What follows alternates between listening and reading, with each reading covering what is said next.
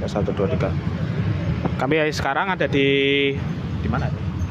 Daerah Semolo. Hari ini kami ada di kelompok tata ruang, ada di Semolowaru, akan mewawancarai salah satu pemilik usaha, yaitu yang bergerak di bidang makanan dan minuman. Untuk sekarang ada Tepoci. Kami sini dengan Mbak siapa sekarang? Nabila. Mbak Nabila, ya.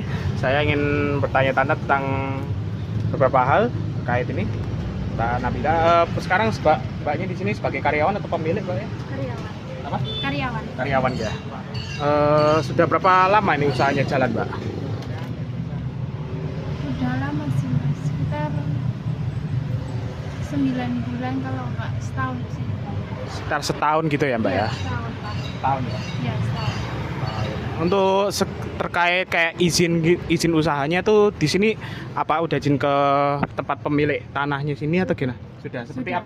apa aja yang dikasih, apa namanya, syarat-syaratnya itu, Pak? Kurang tahu saya. Kurang tahu, itu semua Iya. pemilik ya itu Iya. ya. Beda lagi.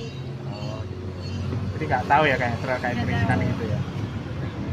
Dan makasih Mbak ya sudah mau diwawancara. Ya, sama-sama. Untuk yang kedua, saya akan mewawancarai seorang F&B di bidang makanan dan minuman bermerek Choco Cheese. Ibu, dengan siapa Ibu? Ibu Zulikatin, Zulikatin. ya, Sudah lama berada di sini Bu? 2 bulan. Oh, baru 2 bulan. Iya, soalnya saya menggantikan. Oh gitu. Ya, saya Iya. kerja di sini. Iya. Iya. Posisi Ibu sebagai apa? Saya sebagai ini apa penjual. Oh, penjual. Iya. Karyawan atau Karyawan. pemilik? Karyawan. Iya. Karyawan. Di sini kan sudah 2 bulan ya Ibu. Iya. Kira-kira perizinannya di sini Ibu tahu nggak? Oh iya. Perizinannya tuh langsung ke pihak Sakinah. Pihak Pemilik, Sakinah. Iya, pemilik Sakinah. Pemilik Sakinah ya. Pemilik Sakinah. Iya. Ya, lalu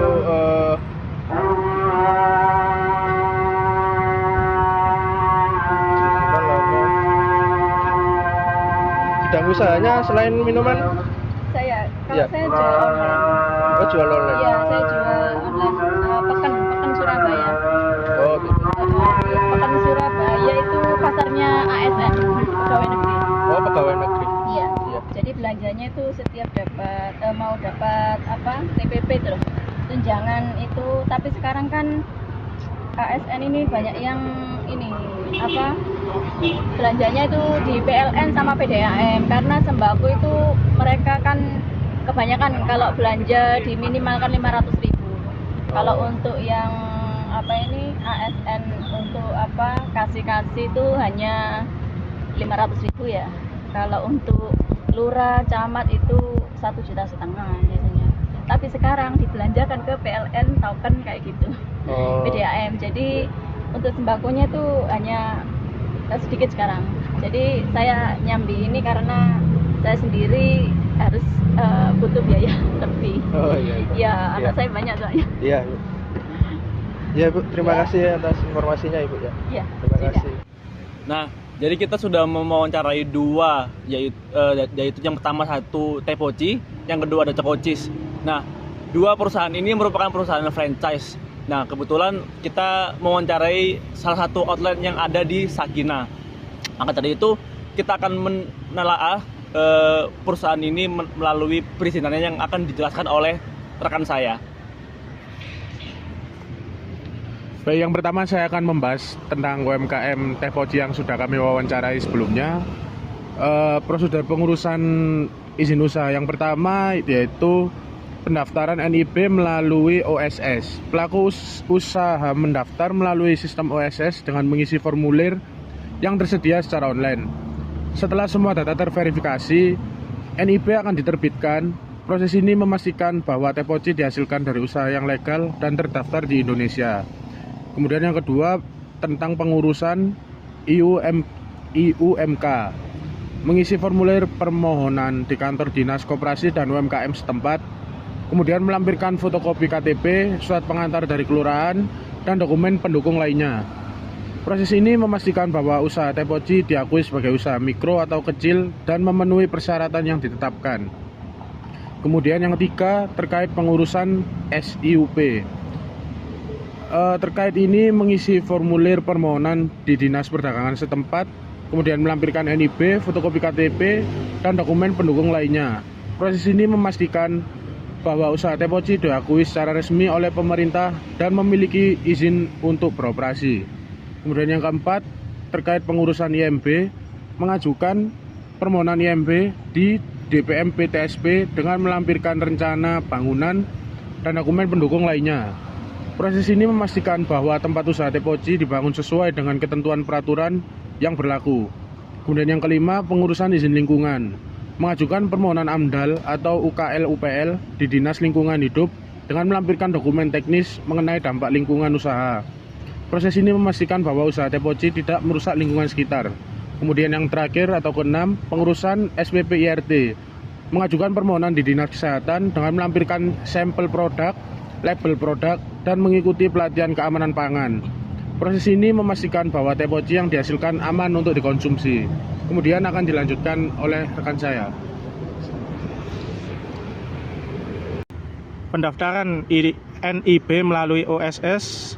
Pelaku usaha mendaftarkan melalui sistem OSS dengan mengisi form yang tersedia secara online. Setelah semua data terverifikasi, NIB akan diterbitkan. Proses ini memastikan bahwa Cokobis dihasilkan dari usaha legal dan terdaftar di Indonesia. Kemudian yang kedua, pengurusan IUMK. Mengisi formulir permohonan di kantor Dinas Koperasi dan UMKM setempat dengan melampirkan fotokopi KTP, surat pengantar dari kelurahan, dan dokumen pendukung lainnya. Proses ini memastikan bahwa usaha bernama Cokobis diakui sebagai usaha mikro atau kecil dan memenuhi syarat yang telah ditetapkan. Kemudian pengurusan SIUP. Dengan mengisi formulir permohonan di Dinas Perdagangan setempat dengan melampirkan NIB, fotokopi KTP, dan dokumen pendukung lainnya. Proses ini memastikan bahwa usaha Cokobis diakui secara resmi oleh pemerintah dan memiliki izin untuk beroperasi. Kemudian yang keempat, terkait dengan pengurusan IMB, mengajukan permohonan IMB di DPM PTSP dengan melampirkan rencana bangunan dan dokumen pendukung lain. Proses ini memastikan bahwa tempat usaha tersebut dibangun sesuai dengan ketentuan peraturan yang berlaku. Kemudian yang kelima, pengurusan izin lingkungan.